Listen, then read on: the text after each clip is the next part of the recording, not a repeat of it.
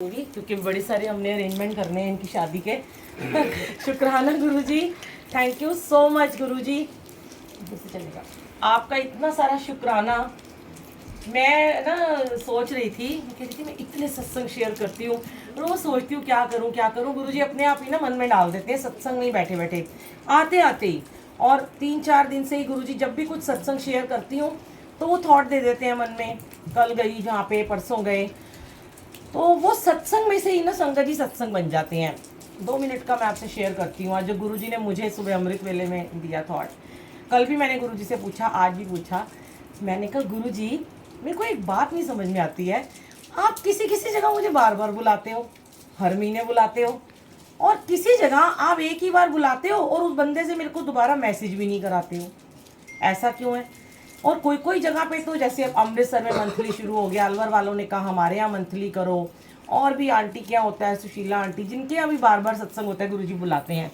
तो गुरुजी ने बड़ा प्यारा मुझे आंसर दिया, क्योंकि हमारे को जब हम अमृत वेला करते हैं तो हमें टेलीपैथी ज़रूर होती है, आपको पता है। जो पहला थॉट आता है ना, वो गुरुजी आपको बताते हैं कि मैं क्या कहना चाहता हूँ। तो मैं ऐसे बैठी हुई थी, अकेली थी, मैंने कहा गुरुजी मतलब इनके घर में जाती हूँ तो बड़ा अच्छा भी लगता है। तो गुरुजी ने कहा तेरे को तेरा आंसर खुद ही मिल गया कि तुझे अच्छा लगता है और मुझे भी अच्छा लगता है। क्या कहा गुरुजी ने कि हमेशा गुरुजी कहते हैं कि मैं एक ही बात कहता था अपने समय में, कहता हूँ, आगे भी कहता रहूँगा कि मुझे सिर्फ सिंप्लिसिटी पसंद है। जहाँ पे सिंपल संगत होगी, भोली संगत होगी, और जहाँ पे तुम्हारा मन खुश होगा सेवा करके, मैं वहाँ तुम्हें भेजूंगा। तो मैंने कहा गुरुजी फिर कभी कभी आप ऐसे नेगेटिव जगह पे भेज देते हो जहाँ पे बड़ा अहंकार होता है लोगों में, वो तो मुझे कभी कुछ समझते ही नहीं। वैसे बहुत कम होते हैं, फिर भी होते हैं, उनमें इतना अहंकार होता है, वो अपनी मनमर्जियाँ कर रहे होते हैं और सुनते ही नहीं है। अगर एक बार बोल दो तो मुंह बना के बैठ जाते हैं। तो मैं वहीं बैठे बैठे सत्संग में ही बोल देती हूँ गुरुजी आज तो आपने भेज दिया, आगे से ना ही भेजना। फिर गुरुजी मुझे घूर के देखते हैं, बस तेरी इतनी सेवा है तो तेरे थ्रू मैं इनको सिखा रहा हूँ, एक बार भेजूंगा या 2 बार भेजूंगा, तीसरी बार तुझे नहीं भेजूंगा, क्योंकि अगर ये नहीं समझेंगे।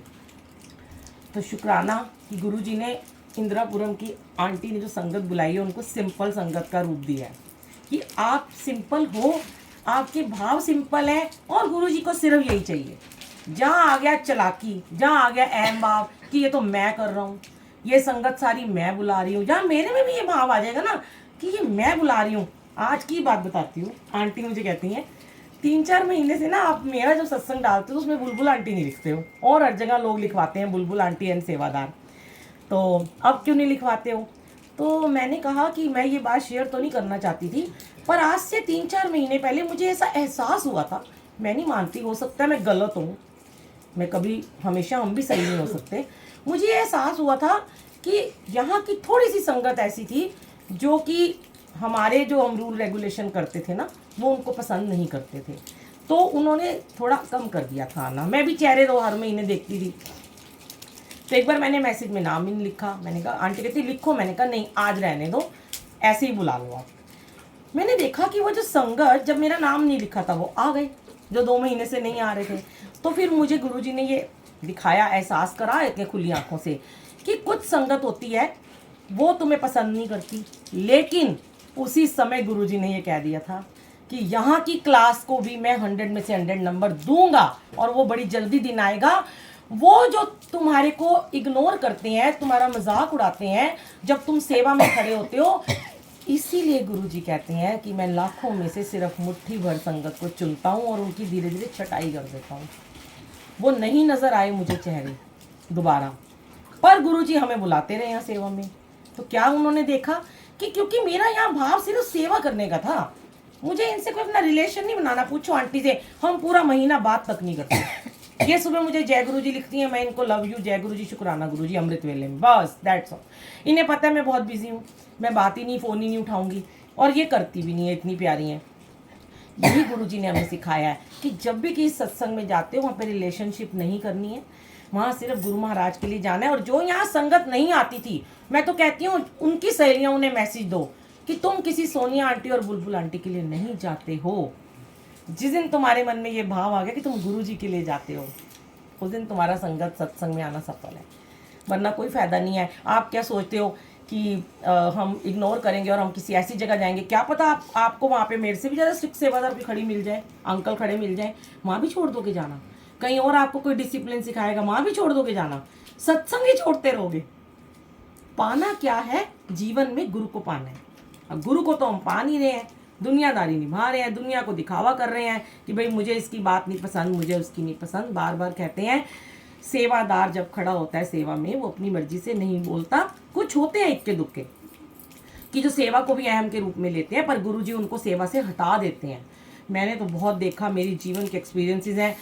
दिन ब दिन गुरुजी तो हमें तो रोज की सेवा बख्श रहे हैं। लोग कहते हैं एक दिन में 2-2 सत्संग भी कर दो, तो ये क्या है? ये गुरुजी का प्यार ही होगा। वो चाहते होंगे सेवा लेना, उन्हें हम पसंद होंगे तभी तो भेज रहे हैं। अगर हम उन्हें पसंद ही नहीं है तो हमें छुड़ा देंगे वो। और आप लोगों में से ही इतना प्यार, मैं वो आंटी को हर बार उनका नाम लेती हूँ, बैठी हैं पीछे, आते ही कहती हैं कि मैं आपके सत्संग सुनती हूँ, बड़ा अच्छा लगता है। यही गुरुजी ने आपको सिखाया और हमें भी सिखाया है। कोई तुम्हें प्यार करे ना करे, आपको प्यार देना है।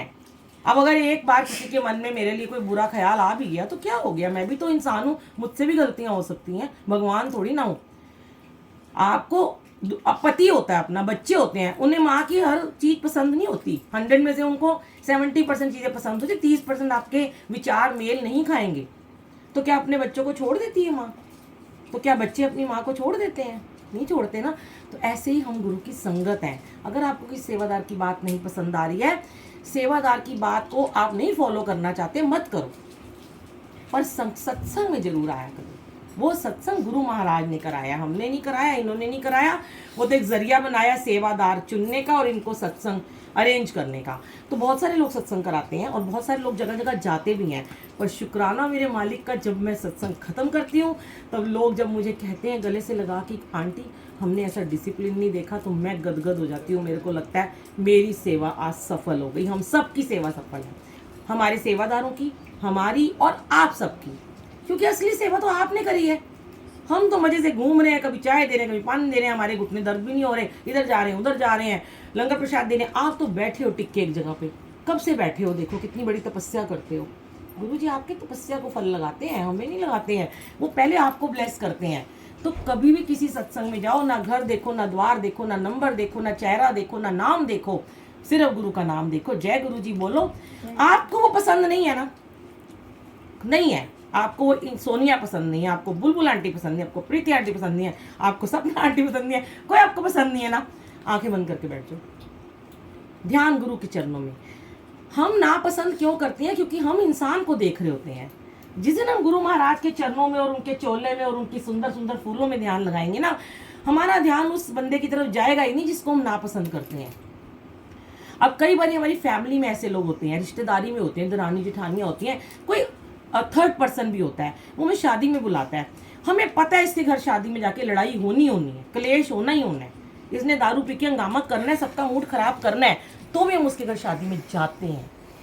क्यों जाते हैं? क्योंकि वो भी हमारे घर आया है, हम नहीं जाएंगे? हमारा भाई है, वो हमारा बंधु है, हमें उसके घर जाना पड़ेगा, उसकी बेटी हमारी बेटी है। इतना सोच लो कि कोई पसंद आए ना पसंद आए, बस गुरु जी को पसंद कर लो, फिर देखना जीवन में बहारें। और उस दिन सत्संग शेयर किया था, फिर आज आंटी ने तो होली तो ख़त्म हो गई है पर होली का सत्संग रख दिया, तो बड़ा हंसे थे सारे। उस दिन मैंने डाला भी है सत्संग, तो कह रहे हैं मैंने गाना गाया, होली के दिन दिल मिल जाते हैं, रंगों में रंग खिल जाते हैं, गिले शिकवे भूलकर दुश्मन भी गले मिल जाते हैं। तो मैंने ये कहा था कि दुश्मन होली के दिन ही क्यों गले मिलते हैं, रोज़ क्यों नहीं गले मिल सकते? तो आज के बाद यहाँ से बाहर जाओगे, जो दुश्मन है यहाँ भी कोई बैठा है, सबसे बड़ी दुश्मन तो मैं ही होंगी, मुझे गले से लगा लेना। जय गुरु जी, शुक्राना गुरु जी। नहीं, मजाक कर रही हूँ, मैं किसी की दुश्मन, मेरे को कोई नहीं समझता। आज गुरु जी ने यही तो चीज़ें हमारी ठीक करी हैं, दुश्मनी तो खत्म ही कर दी, पता नहीं कहाँ। अब तो कभी सोचो भी दुश्मन कोई है ही नहीं, गिनती गिन लो, एक भी नहीं है, ये इन्होंने किया है। क्योंकि जब ये देखते हैं निस्वार्थ भाव से सेवा करते हो, निस्वार्थ भाव से प्रेम करते हो, सबके साथ निष्काम सेवा में लग जाते हो, तो आपका कोई दुश्मन नहीं बचता। और अगर उसकी दुश्मनी है भी तो सॉरी बोल दो भाई, मैं ही सॉरी बोल देती, हैप्पी होली, सबको सॉरी। किसी से मुझसे कोई गलती हुई हो तो माफ़ कर देना, और गुरुजी अगर इनमें से किससे गलती हुई हो तो इनको भी माफ़ कर देना। जय गुरु जी।